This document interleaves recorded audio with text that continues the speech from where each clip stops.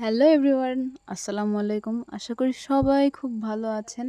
তাহলে এখন রাজশাহীকে বিদায় দেওয়ার সময় চলে এসেছে। রাজশাহীকে বিদায় দেই, আর এই জন্য এখন সবার আগে স্টেশনে যেতে হবে। আর তার আগে অবশ্যই অনলাইনে টিকিট কেটে নিতে হয়েছে। আগের রাতে টিকিট কাটছিলাম। তো আমার রাজশাহীর ব্লগ দেওয়াই শেষ হচ্ছে না, মানে এডিট করতে এত প্যারা লাগে। তো এই জন্য এত লেট হয়।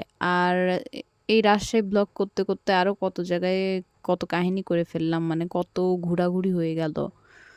মানে অলরেডি ঢাকা একটা ঘোরাঘুরি হয়ে গেছে, সেটা আমার ফ্রেন্ডসরা সবাই জানে। সো সেইগুলো তো এখনও দেওয়াই হয়নি। এই রাজশাহী ব্লগ শেষ করে তারপরেই অবশ্যই দিব। তো ওই তো যেতে যেতে এডিট করতে করতেই তো জীবন বের হয়ে যাচ্ছে। তো যাই হোক, এখন হচ্ছে বাসার থেকে বের হয়ে গেছি, রিক্সা দিয়ে যাচ্ছি। কিন্তু মেন পয়েন্ট হচ্ছে যে 5টা 15-তে আমাদের ট্রেন ছিল। আমরা মনে হয় 5টা 5 না 10-এ হচ্ছে বাসা থেকে বের হয়েছি। তো যাই হোক, লেট হয়েছে, সমস্যা নাই। আমরা প্যারা ট্যারা কমই খাই যে কোনো বিষয়ে। তো কথা বলতে বলতে রেলওয়ে স্টেশনে চলে আসছি। আর এটা হচ্ছে রাজশাহী রেলওয়ে স্টেশন। আর এই যে সামনের বিল্ডিংটা দেখা যাচ্ছে সেটাই। তো অনেকেই জানেন, যারা যারা রাজশাহী গেছেন অলরেডি, আর যারা যাননি তাদের জন্য আর কি। তারপরে এখানে ভাড়া নিয়ে একটা ক্যাচাল হয় যে মানে আর 5 মিনিট আছে, 5টা 15-তে ট্রেন ছাড়বে। তো আর 5 মিনিট আছে, 5টা 10 বাজে। আর লোকটার ভাড়া মেবি হচ্ছে 40 টাকা ছিল। আমাদের কাছে 50 টাকার নোট, আমার কাছে 20 টাকার ভাঙতি আছে, কিন্তু রিক্সাওয়ালার কাছে কোনো টাকাই ভাঙতি নাই। তো এখন সে আমাকে ভাঙতি দিতে পারতেছে না, আর আমরাও তাকে কিছু করতে পারতেছি না। পরে 50 টাকার নোট আস্ত ধরায় দেওয়া হইলো, তার 10 টাকা লাভ হইলো এক্সট্রা। পরে যাই হোক চলে আসলাম।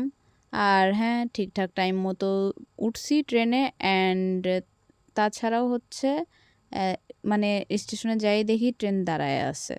মানে প্রতিবার এমন হয়েছে যে হচ্ছে স্টেশনে গেছি, ট্রেনের জন্য আমরা অপেক্ষা করছি।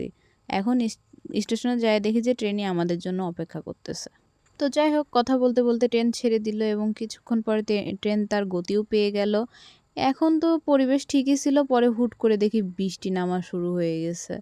মানে যেদিন হচ্ছে রাজশাহী গেছিলাম ওই দিনও বৃষ্টি পড়ছে টুকটাক, আর মেঘলা মেঘলা ছিল, মানে রোদ বের হচ্ছে মেঘলা হচ্ছে এরকম। কিন্তু এই দিনটা বলতে গেলে পুরাটাই হচ্ছে বৃষ্টিই হয়েছে। মানে একটু একটু সময় শুধু কোনো কোনো জায়গায় বৃষ্টি ছিল না। তবে বৃষ্টি হয়ে লাভ কি, ভ্যাপসা গরম তো কাজ করতেই ছিল।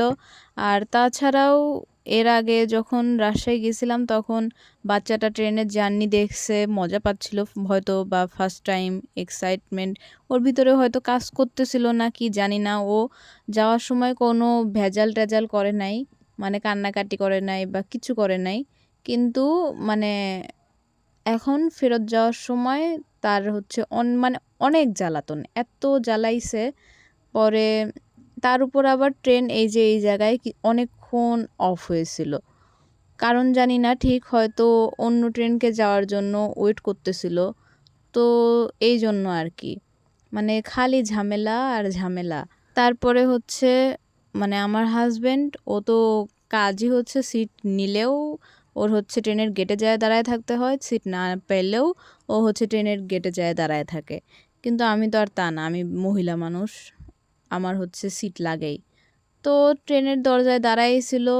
তারপরে জোহাকে হচ্ছে ও কোলে নিয়ে সারা ট্রেন ঘুরলো, চুপ করাইলো। তো শেষের দিকে যায় দুইটা মেয়ে, একজন হচ্ছে ম্যারিড ছিল আর আরেকজন ম্যারিড ছিল না। তো যে ম্যারিড ছিল তার হচ্ছে একটা বাচ্চাও আছে, 4 বছর না কয় বছরের একটা ছেলে বাচ্চা আছে। আর আরেকজন হচ্ছে আনম্যারিড মেবি, যতদূর মনে পড়ে। তো দুজন হয়তো ফ্রেন্ড বা বোন হয়। তো ওরা রাখলো। তারপরে আবার ওদের কোলেও যাচ্ছিল না, মানে এত জ্বালাইছে এইবার ফেরত আসার সময় বাবুটা। তো এই তো স্টেশনে চলে আসছিলাম, আর এখন হচ্ছে একটা অটো ধরে মানে বাসার দিকে যাচ্ছি। তো বৃষ্টি হয়েছে তবু যে ভ্যাপসা গরম, এই জন্য বাচ্চাটাকে একদম খালি গায়ে নিয়ে আসা লাগছে। তো that's for today, thanks for watching.